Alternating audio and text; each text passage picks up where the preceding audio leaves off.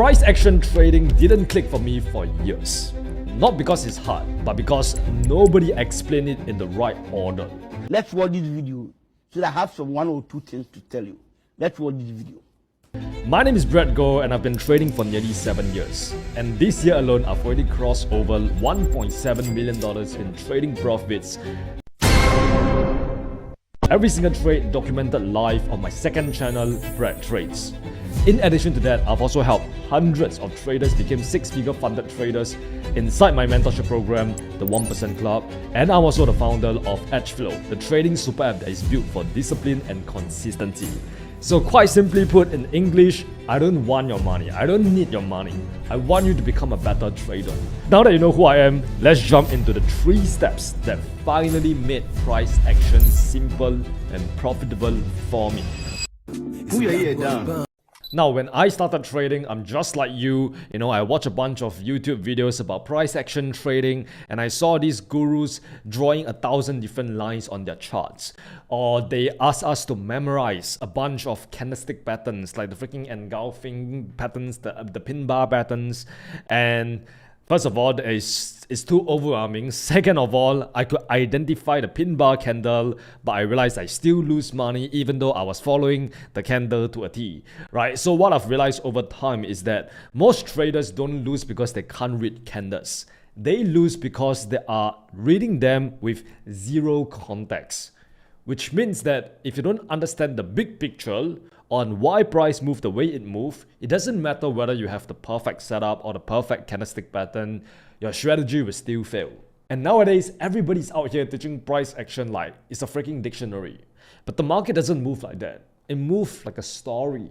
Which also means that if you skip to the last page of the book, nothing will make sense. Because once again, you are trading without context. When you don't understand the reality of the market itself, you are just trading your perception of the market. So that is when I stopped chasing random candlestick or chart patterns and I reduced everything to just 3 simple steps, which I'm going to show you right now. What? If you follow these 3 steps in order, I triple guarantee that price action trading will become extremely boring, methodical, systematic, mechanical, but you'll be extremely profitable as well. Oh my God! Wow! Because profitability in trading comes from doing the boring, repetitive tasks for an extended period of time. So these are basically the 3 steps that I want you to be following. Direction, location, and execution. Let's go through step by step. The first step is direction. The first thing you always want to be doing is to identifying the overall trend direction of the market. And at this stage, the only question you should be asking yourself is, who is in control of price? Buyers or sellers? Because if it's buyers, then I want to be looking for longs. If it's sellers, I want to be looking for shorts. So you always do this on the higher time frame, right? So this is where I usually go onto the 4-hour time frame and I try to identify the trend direction. So look at this price action right here. It's very obvious that price has went up significantly for quite some time now. So obviously the market is in an uptrend, right? But then what happened was that price actually pulled back, goes up, pulls back, goes up, and then right now this is where we are at. So the first thing is identify the trend direction, and we have established that price is actually bullish right now, and this is our most recent bullish break of structure.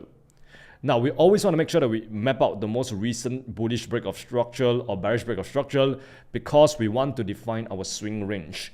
So right now, you can see this is the swing low because this is the lowest point that led to this break of structure, and then this is the swing high since this is the highest point since price starts pulling back. So as a result, I can define my 4-hour swing range just like this. And once again, the reason why we actually define our swing range is so that we can further narrow our focus, time, and resources into a tight range, right? Because early on when you are looking at this, you don't know what's going on and you don't know whether to buy here or sell here or buy here or sell here. But when you just map out the swing range, it becomes crystal clear that this is the range that you want to be trading within, which means anything outside of this swing range is simply noise. It's simply a distraction because it doesn't allow you to formulate your buyers. And that's it, right? Step 1 is pretty much done, right? You just identify the direction, which is bullish, and we know that we want to enter for longs because we want to trade in alignment with the higher time frame trend direction. The next step is location. Now that you know whether you want to buy or sell, the next thing you should be asking yourself is where? Where do I buy? Where do I sell? And the answer to that question is going to be at a point of interest. We don't want to be trading when price is in the middle of nowhere. For example, right now, this is where price is at over here, right? So if I try to enter for a sell right here, I would have to place my stop loss above this high right here and place my take profit right here at this swing low. And you can see this is not an intelligent risk to reward decision, right? Because this is you risking $10 to make back $10, which is quite simply not worth it, because we always want to make sure that we get the best entries possible so that we can minimize our downside and maximize our upside. And the only way you can do that is by trading at the best location, by trading at the best price. So you pretty much can establish your location by identifying your point of interest. There's various types of point of interest. I've already done I've posted videos where I talk more of various types of point interest. And don't forget to subscribe to get notified when I drop new videos. But basically, next step is to look for the location, right? Where to buy, where to sell. And over here, what you want to do is to identify the most obvious supply and demand zones. Okay, so over here, since we want to enter for a buy, we don't want to care about supply zones, right? Because supply zones is for people who want to enter for a sell. We want to look for demand zones. So you always start from the extreme swing low all the way to the extreme high, right? So over here, when I look at this, let me jump down to the 1 hour time frame, which is my medium time frame. I see that this entire thing right here is the extreme low, right? Like you can see this entire candlestick right here. This is where what happened was that price came down, pull back, comes down, sweep liquidity right here below this low, and then later on it went up there and broke structure. So this is the extreme demand zone, okay? And then there is also another demand zone right here-ish, right? But this one has already been broken, right? So this is quite irrelevant, all right? So this pretty much leaves us with like this demand zone that we have marked up right here, which is also the extreme demand zone, okay? And another thing that you want to do is to actually map out your premium and discount. So this right here is the premium and discount too. And if you want to copy the settings, I've put it on the screen itself. You can like just take a screenshot of this or like pause this video and try to copy the settings right here. But basically what it does is that it allows you to understand where to enter for a sell and where to enter for a buy, or what's the best price point to do so. So above here, this is your premium level, right? So when price is in the premium level itself, you want to be looking for sells because price is considered as expensive or overbought. And then once price gets below the equilibrium level, which is the 50% level, and it comes down to the discount area, this is where you want to start looking for longs, because this is where price is considered as cheap, considered as oversold. Looking at this particular case itself, I pretty much mapped out my premium and discount by dragging it from the swing low all the way up to the swing high, and I've established that price is still in the premium pricing. It's still considered as overbought, so I shouldn't be entering for a buy anywhere right here, which means I'm much more better off waiting for price to actually come down below this equilibrium level, right? Coming into the discount range, then I start looking for longs. And it's not a coincidence that this demand zone is actually in the discount pricing as well. And that pretty much just tells us the location where we want to enter for our buy, right? That's the price point that price is most likely going to react and start reversing and give us the next move to the upside. And another thing is that this is also the swing low, right? It's really like the lowest point that price has to hold. It's really the last line of defense that price has to hold in order for price to remain bullish. Because in a bullish structure, we are assuming that price is going to be creating higher highs and higher lows, which means that this low cannot be lower than the previous low. If it becomes lower than the previous low, then the bullish market structure has broken, and right now we are shifting bearish. So that's pretty much how you establish the location, right? You look for a significant point of interest, you map up your premium and discount. You want to make sure that you are trading below the equilibrium level if you're entering for longs. And the lower the point of interest is within the discount pricing, the more likely is going to hold, because once again, it's the last line of defense that price has to hold in order for price to remain bullish. All right, so that's pretty much the second step, right? The reason why we want to look for the best location is because we don't want to enter in the middle of nowhere, because when we try to enter in the middle of nowhere, we tend to get trades which give us a very bad risk to reward ratio, right? So that's not a good opportunity that you should be capitalizing on. In English, basically means how do I make a lot of money while risking a small amount of money. So once price has stepped into your point of interest, you jump down to your lower time frame, which in this case, I'm going to be using the 15-minute time frame itself. So at this point, I'm looking for a few things, right? Because I don't just want to enter for a buy and sell randomly just because price has stepped into my point of interest. Because what can happen is that price can just continue crashing down just like this. So I want to look for my confluences. I want to look for my confirmations so that once again, I can get in at a perfect timing. So my confluences that I'm going to be using today is these 3 confluences that is all based on pure price action. Number 1, a strong rejection candle. Number 2, a break and close in the buyer's direction. And number 3, a failure to close, continue against the buyers. I'm going to explain everything, all right? So don't worry. Don't worry if you don't understand anything that I just mentioned right there. Okay, so what happened right here is that price has just mitigated the point of interest, but it did not go up. There was insufficient liquidity, insufficient demand for the market to go up. How do we know that? Well, we know when price actually came down here, mitigate it, use some demand, use some buy orders in the market to cause price to fuel all the way up here, right? But once it actually fueled all the way up here, it continued crashing down. Price did not broke structure. Price did not take out this last lower high. If price is able to take out that last lower high, then that is where we know that demand has overpowered supply and the buyers are in control again. So this pullback is over and right now we are most likely shifting bullish. Okay, so that's pretty much the confirmation that we need. We need a very strong rejection candle as well, right? And also like a break and close in the buyer's direction. So at this point of time, what happened was that prices came all the way down here and let's observe what price does next. Okay, because this to me is a sign that I should be entering for the position already. Because what happened is that price already came down here and swept liquidity. Obviously, we are not going to cover too much about liquidity because I really want to make sure that these 3 steps is as simple as humanly possible. If you want to learn more about liquidity, how to get the optimal price points, how to get the perfect sniper entries using liquidity, once again, check out my other videos about liquidity. But basically, right here, there was a liquidity sweep over here. And we also got what I call a strong rejection candle, which is either an engulfing candle or a pin with displacement. So an engulfing candle is something like this, right? Where there's like a huge bullish candlestick just like this, which is much more bigger than the previous candlestick, and it's simply engulfing it. And a pin with displacement is something like this as well, where you got like a pin bar candlestick over here, right? It just looks like a pin bar, and then the next candlestick, it gives you like a huge bullish candlestick just like this, which signals to you that there's a lot of bullish momentum in the market itself. So that is my first confluence, a strong rejection candle, which is either an engulfing candlestick, pin with displacement, or both. And ideally, in this case, we got both. And then you also want a break and close in the buyer's direction.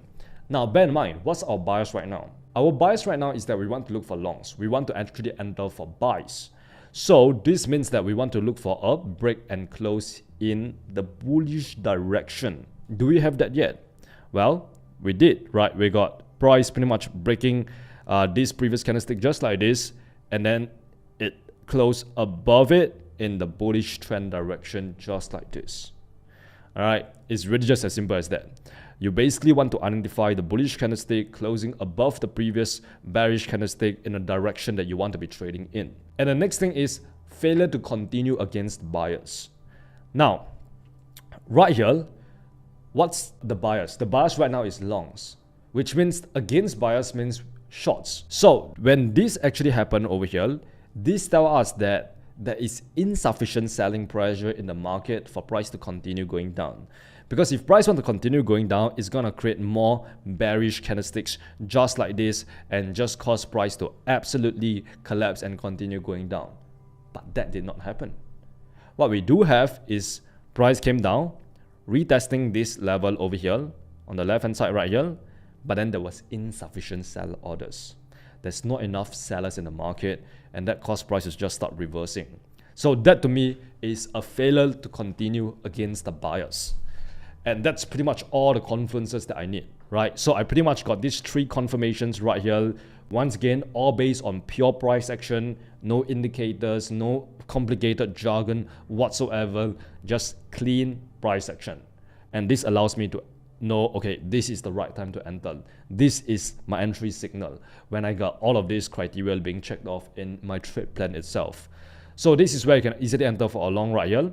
You can either enter for a buy on the close of the candlestick itself, or you can even place like a limit order like above this candlestick itself, right? But in this case, just gonna keep things simple, enter for a buy right here, place my stop loss below this low here, and place my take profit at, let's say, like 3R.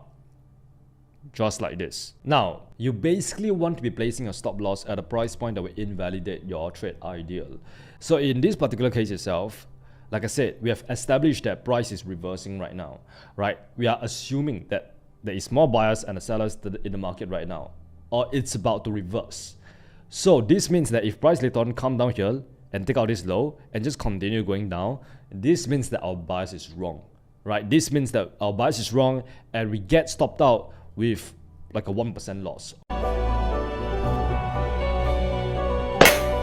All right, just like a small loss, just like this. And I have like a hidden rule which says that if I cannot define my stop before I enter, I don't take the trade.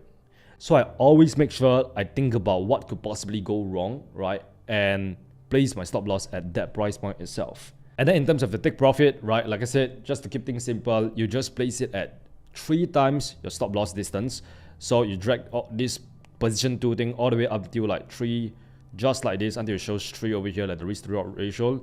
And that is where you want to take profit, right? Once again, just to keep things simple for this video itself. So let's see what price does next, right? Price continue going up just like this, right? Continue trickling up, and slowly but surely it eventually comes up there and smash our TP.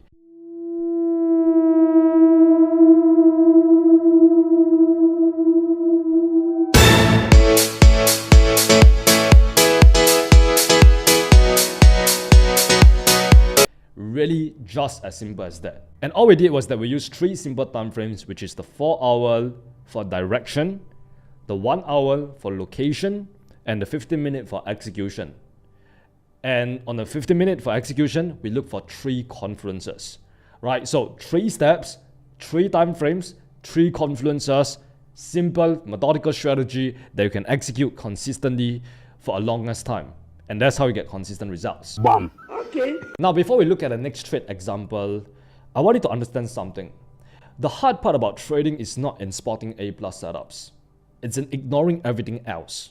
Like right here, what you can see on the screen, this is an obvious A+ setup because, yes, checked off every single entry criteria, and I've done sufficient preparation and analysis by looking for my 3 steps before I actually enter for the trade. But there are going to be days where you do the 3 steps and price does not get to your desired location, or price enter into your desired location but it does not give you a confirmation signal, which means you don't get all of these confluences. On those days, it's very important that you stay away. You remove your hands physically from the keyboard and you do not trade. So it's important to know when to trade, but it's also more important to know when not to trade. Because if you trade during those times where you shouldn't be trading, you're going to make a bunch of stupid decisions, make a bunch of unnecessary losses, and it's just not worth it. So here's when not to trade. I personally do not enter when price is in the middle of nowhere, right? Like I said, when price is in the middle of nowhere, just like this, not at an optimal price point, not at a location, I don't enter. I'm much more better off waiting for price to come down to the location, come down to a point of interest, then I look for my entry. That's non-negotiable. Another thing is I don't anticipate candles. So over here, when price is like coming down here, I don't sit here and think, oh my god, I'm going to enter for a buy right now. I'm going to assume that price is going to go up and reverse right here. No, you don't do that, right? You always wait for your confirmation candle. Because if you do this, what happens is that if you don't get a confirmation, price can just continue collapsing and it will get stopped out. Once again, unnecessary loss that could be avoided if you were a little bit more patient and you wait for your confirmation candle.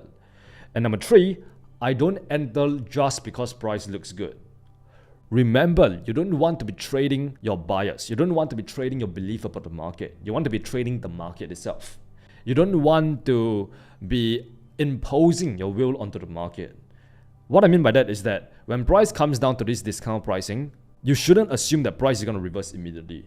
Oh, prices came down below this 50% equilibrium level, time to buy. No, it doesn't work that way.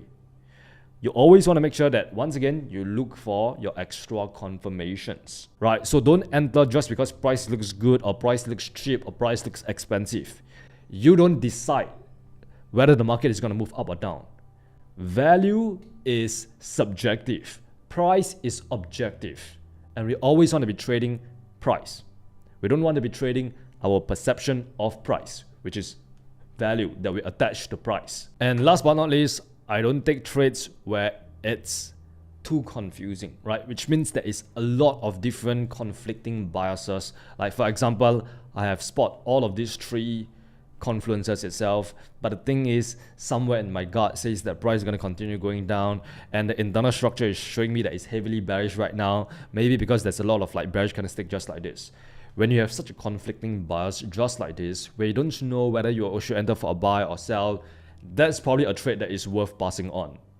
Because when a good trade idea presents itself, like an A+ setup, it usually hits your head like a 2x4 truck. Like just ding, and then you will people know that that's the trade worth taking.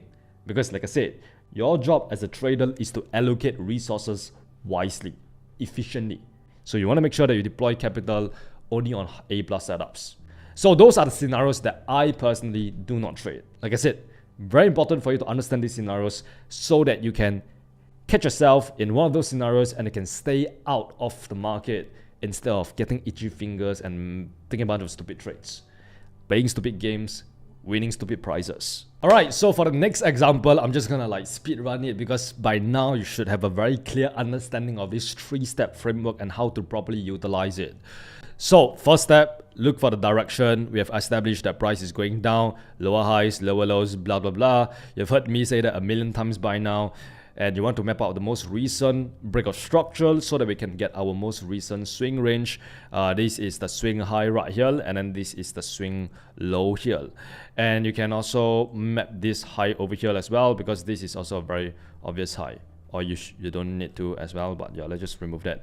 Anyways, when that actually happens, you can actually look for your location next, right? Map out your premium discount. You will see that right now prices came above the equilibrium level, which is good news for us. Okay, this tells us that price is potentially going to reverse anytime soon right now. But how do we know where, right? Well, we map out our supply and demand zones. So we always start from the extreme. This is the extreme supply zone over here. And then followed by this supply zone that we have marked up right here. But you can see this is already mitigated, which means price came down, mitigate that supply zone, fill up the sell orders that was within the supply zone, just continue dumping just like this. So most likely price is not going to respect this zone. What I do want is an unmitigated supply zone like this one right here. Okay, so that's the unmitigated supply zone that price is approaching. So this is where, this is the point of interest that I want to pay attention to, number 1 and number 2. So at any point of interest, right, once I can see these 3 confluences, I'm going to enter for a sell. That's it, as simple as that. And I do nothing until any one of these point of interest get mitigated. So over here, prices came up here. That's it, tap our zone. Boom, finally tap our zone. The minute tap our zone, drop down to the 1 hour time frame itself. And once again, price has already entered into our desired location. We have already established the direction, which is down, and we want to enter for a sell. Now, comes down to execution. Execution, very simple. You just look for, once again, these 3 sort of confluences that you can see right here. So at this point of time, price mitigated the supply zone, came down. Do we have a strong rejection candle, an engulfing candle, or a pin with displacement? Yes, we do, right? This is a pin with displacement. Price came up there, rejected it, and started coming down very heavily. Do we have a break and close in bias direction? Yes, we do, right? Price pretty much came down here and took out this last low right here and pretty much broke the last low and it closed below it. Is there a failure to continue against the bias, a trap candle? Yes, we do, right? What will happen is that when price went up there, pulls back, it wanted to go up and continue, right? If it were to continue with this bullish short-term trend direction, what could happen is that price would just continue doing this. But that did not happen. It actually failed, right? Supply overpowered demand. We got pretty much price crashing down here. So that is where we got our 3 confluences. As simple as that, we can look for shorts any point of time right here. So over here, if I were to enter for a sell here, once again, you want to be placing your stop loss at a price point that invalidates this trade idea itself. So right here, where is the pin with displacement? Where is the strong rejection candle? As much as possible, you want to place your stop loss above that rejection candle.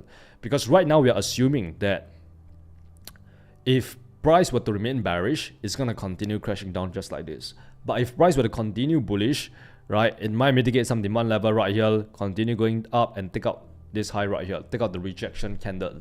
So that is like the highest point that price has to hold in order for price to remain bearish. So that is the price point which invalidate the trade ideal. I'll place it right here above the rejection candle. And once again, place your stop loss at 3R just like this. Okay, so let's see what happens next.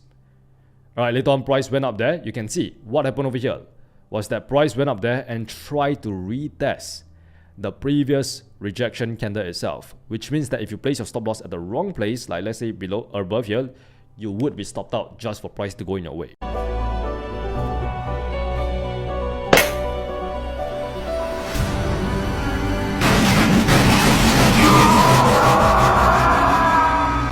Alright, so in this case, we are still in the position itself, right? Let's just continue to see how price react, whether there is sufficient supply in the market. Okay, there is sufficient supply in the market, and then price just continue going down. And slowly and surely, let me just go up to the 4-hour time frame. Let's see whether it hit TP or not. Come down and smash our TP, as simple as that.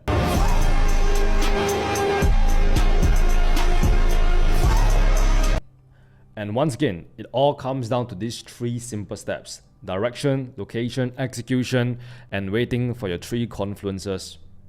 Tada! That's it. Bam. Okay. And if you watch my videos, you will know that I like to make trading simple. I try to simplify it in a way where like a 5-year-old can understand. Because I fundamentally believe that when the rules are simple, emotions have nowhere to hide. If you have a very clear systematic framework in terms of how you map out your charts, analyze the charts from top to bottom, and if a very clear criteria on where to enter, or rather when to enter, once each one of these criteria has been met, then there is no room for guesswork, second guessing, or emotion whatsoever. You just follow the mechanical trading system like a freaking robot. And when you do that, that is where you realize that you actually take much fewer trades, because now you're focusing on quality instead of quantity. And that is where you tend to spend less time overthinking and thinking, should I enter for a buy, should I enter for a sell? Because now you actually have a structured system. And that is where you stop chasing sellout, you stop forcing trades, and you know exactly what constitute as an A+ setup, and you just ignore everything else. Like, to me, that's the holy grail right there. It's just a mechanical trading system that works, and you do it and you keep on iterate on it, keep on making it better, doing more of what works and less of what doesn't. And as time passes, as long as you put in the consistent actions, your results will be consistent as well. Now, once again, I'm not saying that this is the only way to trade price action. This is just like 1% of my entire market mechanics trading strategy. There's a lot of different confluences that you can take into account of. There is also a lot of different market conditions that you need to be aware of, because this type of strategy, it might work here and there, but it's not going to work if the market conditions start changing. Which is why if you want to learn more about market mechanics, which is the trading strategy that I personally use, you can check out this playlist right here. You can go and binge watch every single video in here, and I can triple guarantee if you apply everything you learn here, you will become a master at analyzing the charts. And to me, learning market mechanics is like taking the red pill. Once you see it, you can't unsee it. So go and check that out there. Nothing to sell you here, just gonna watch those free courses, and I'll see you guys in the next video. And as always, remember, you're just one trade away. Mwah.